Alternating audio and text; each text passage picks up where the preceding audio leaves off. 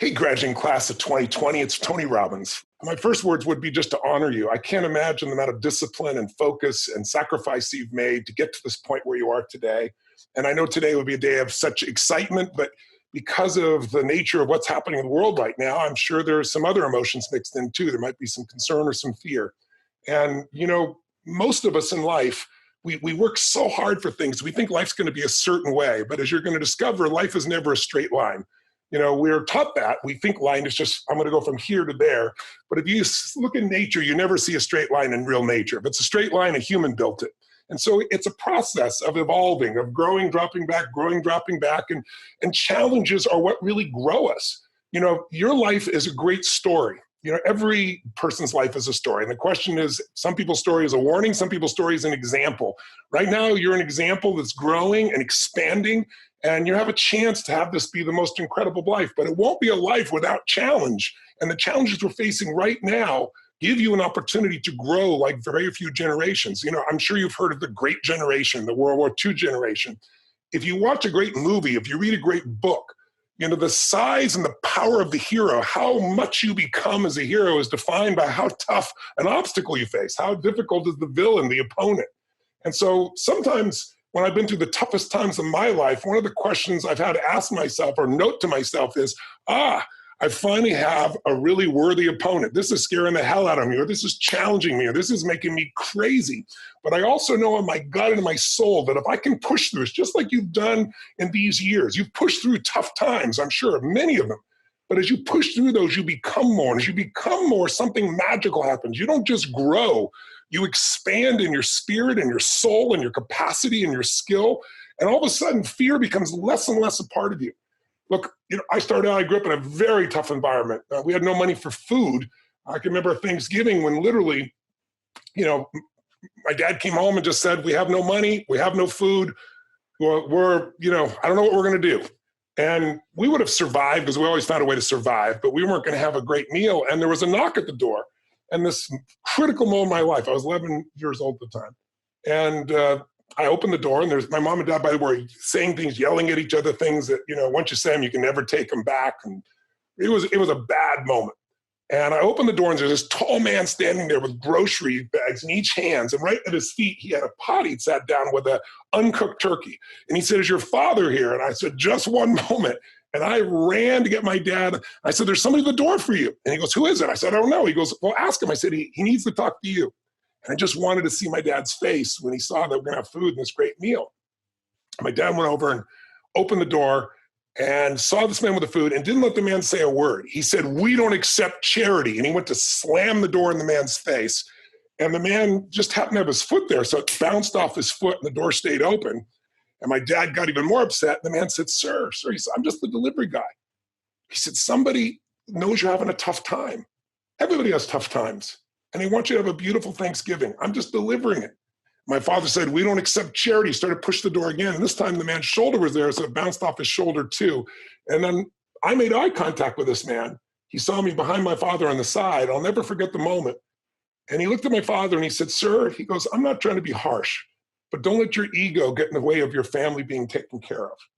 I thought my father was going to punch him in the face. There was this frozen moment where my dad was so angry, and he just took the groceries, slammed the door, and walked away. I tell you the story because I couldn't understand how my father could be so angry when someone was trying to help us. And I didn't figure it out till years later. But what I figured out and what I want to plant a seed with you on is that our decisions control our life and our destiny more than anything else. Don't get me wrong, there's things you can't control. There's COVID-19, things happen.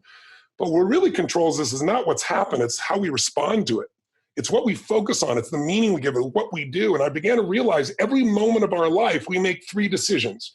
And since you're graduating today, I thought it would be really useful to bring these 3 decisions up to your conscious awareness so that if you want to, you can remember these 3 little decisions because they're happening every moment of your life. And if you don't make them consciously, they're going to be made unconsciously because the world's coming at us. It's ringing and stimulating and vibrating in our pockets. It's all around. We're not an information society. Information society died a long time ago. There's so much information. We're drowning in information. We're starving for wisdom.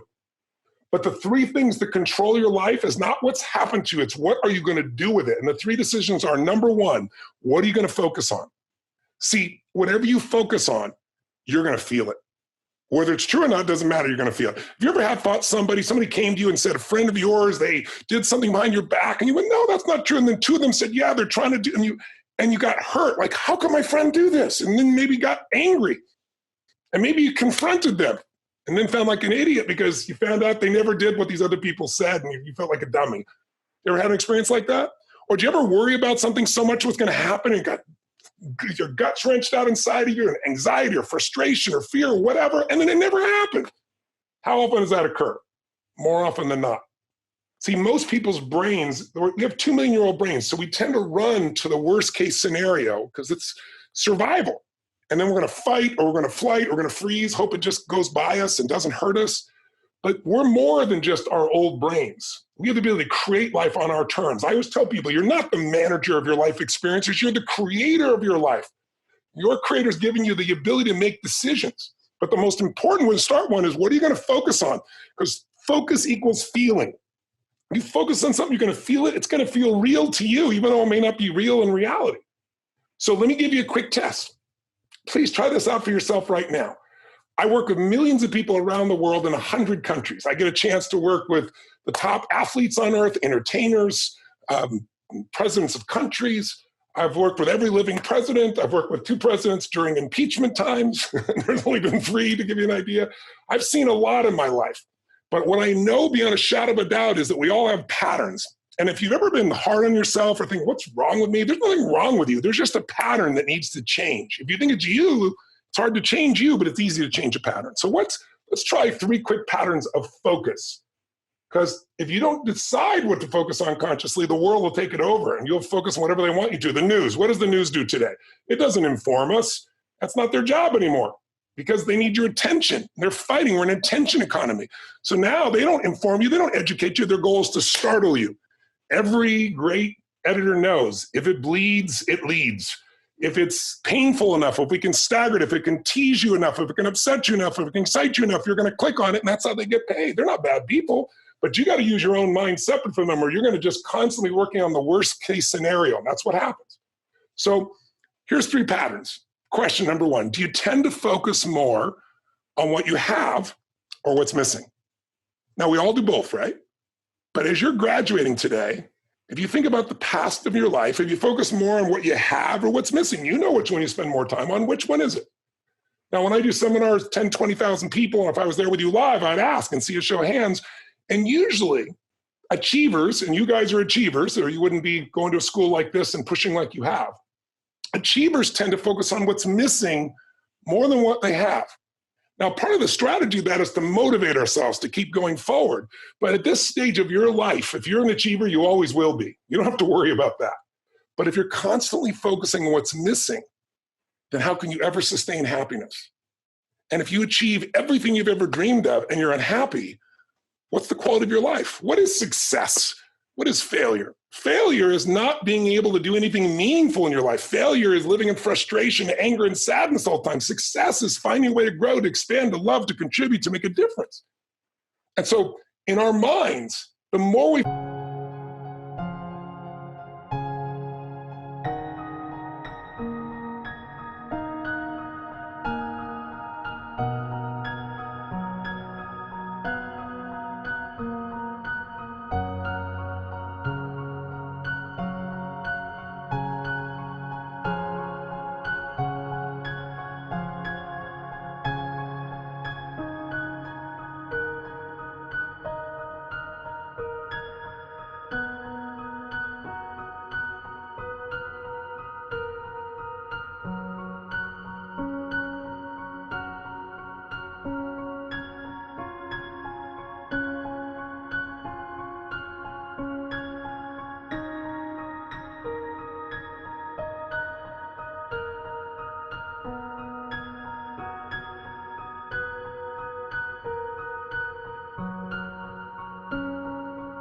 focus on what's missing, the more overwhelming it becomes for us.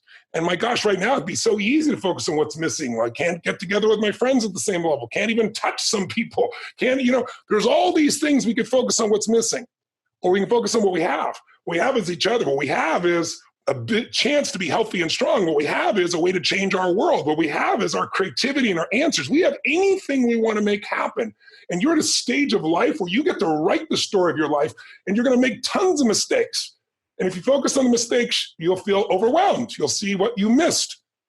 But if you learn from them all, you'll see every experience of your life has gifts for you. And every gift, like where are you going to be? This COVID-19, it's going to pass. It's already 20 times less intense than they told us it was going to be. No one, I'm sure, manipulated it. It was just mistakes, people trying to overprotect. And there are consequences of overprotection as well. But if you focus on what's missing, you're going to be stressed out. So the first thing is training yourself to focus on what you have. And simple things like the things you've heard of, like a gratitude journal, sounds so stupid, but training your brain to look for what you have will create gratitude, which destroys the two emotions that destroy people's relationships and lives, and that's fear and anger. When you're afraid, you're going to make the wrong decision most of the time. When you're angry, you're going to make the wrong decision most of the time. When every day of a practice of finding something, 2 or 3 things you're grateful for, you train your brain to find it, and you're no longer in survival. Let's try another pattern. Do you tend to focus more on what you can control or what you can't control? Now, when I ask this in my seminars, people that come to an event usually are people that spend time, energy, money, so they want to take control of their finances or their business or their life or their relationships or their body or their athletics or whatever. And that's my job. So most people, they are focused on what they can control. But most people in society focus on what they can't control. And that'll just make you angry or stressed or sad or overwhelmed. Can you see that pattern? Think of it like software. It has nothing to do with you. If you take anybody's brain and put these two together, keep focusing on what's missing and what you can't control, what do you have to feel? What would anybody feel that constantly focuses on what I don't have and what I can't control that's outside my control? You're going to be stressed. You're going to be pissed off. You're going to be angry. You're going to be sad, or you're going to be depressed. In fact, I ask people all the time. I say, how many of you know somebody who is on an antidepressant medicine and they're still depressed?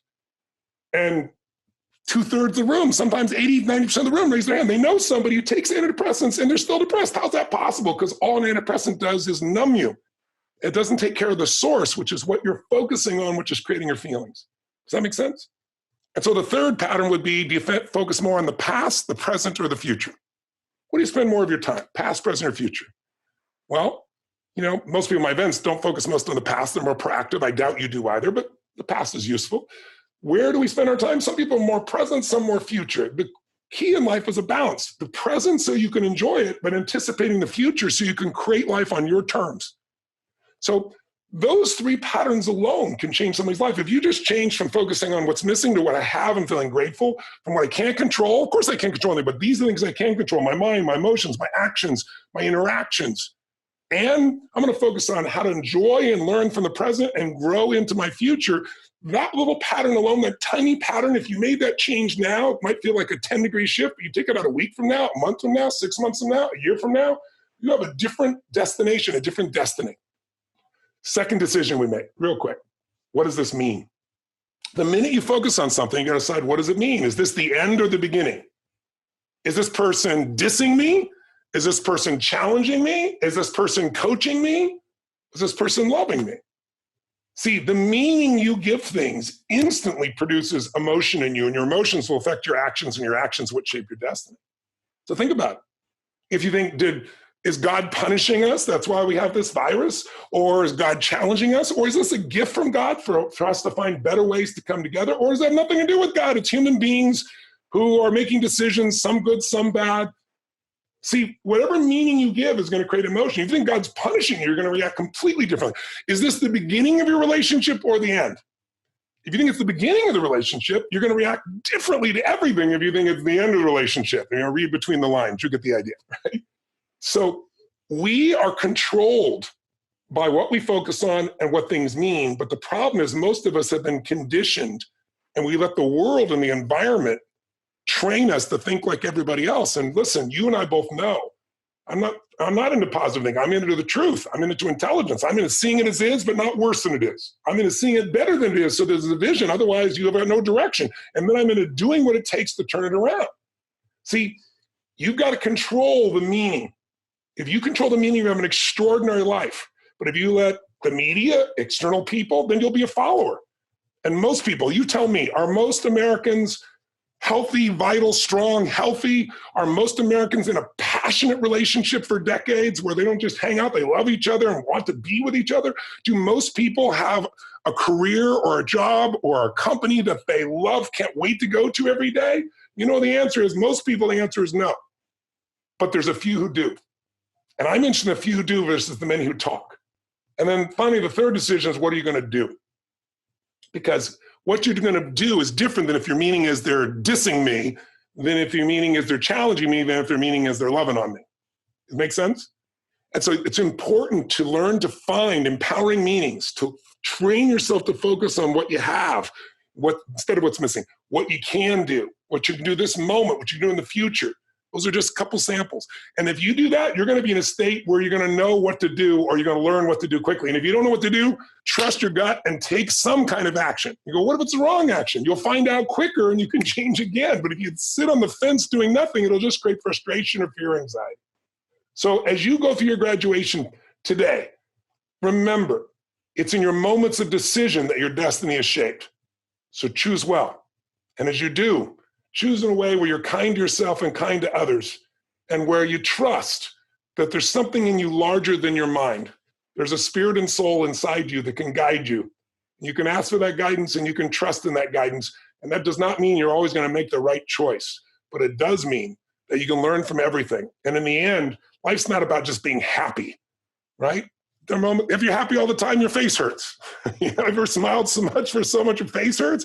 We need a balance. What we really need is a life of meaning. And that's a life where it's not just about you. It's a life of service. If you can find something or someone that you care so much for, you'll do anything for them, then the greatest part of you will come out. It could be a mission for your community. It could be for the world. It could be your family. It could be your friends. It could be your lover. It could be anything. It could be in the future, maybe your children. But if you can find something you care about more than yourself, you're not going to suffer. Because in the end, there's only two options: suffer or grow. If you're suffering, you haven't grown yet. And so grow into a new set of beliefs that take you beyond the focus of limitation to what's truly possible. So congratulations. This is a beautiful day. Even though it may be challenging in all kinds of ways, remember, a worthy opponent what creates a great hero. And you've got a great story to write in the life of your life. You've already written a beautiful story to start with, but I really trust and send prayers and faith and love that you create the most compelling future possible, and that you build a life that is truly magnificent on your terms. Lead, don't follow. God bless, and live with passion.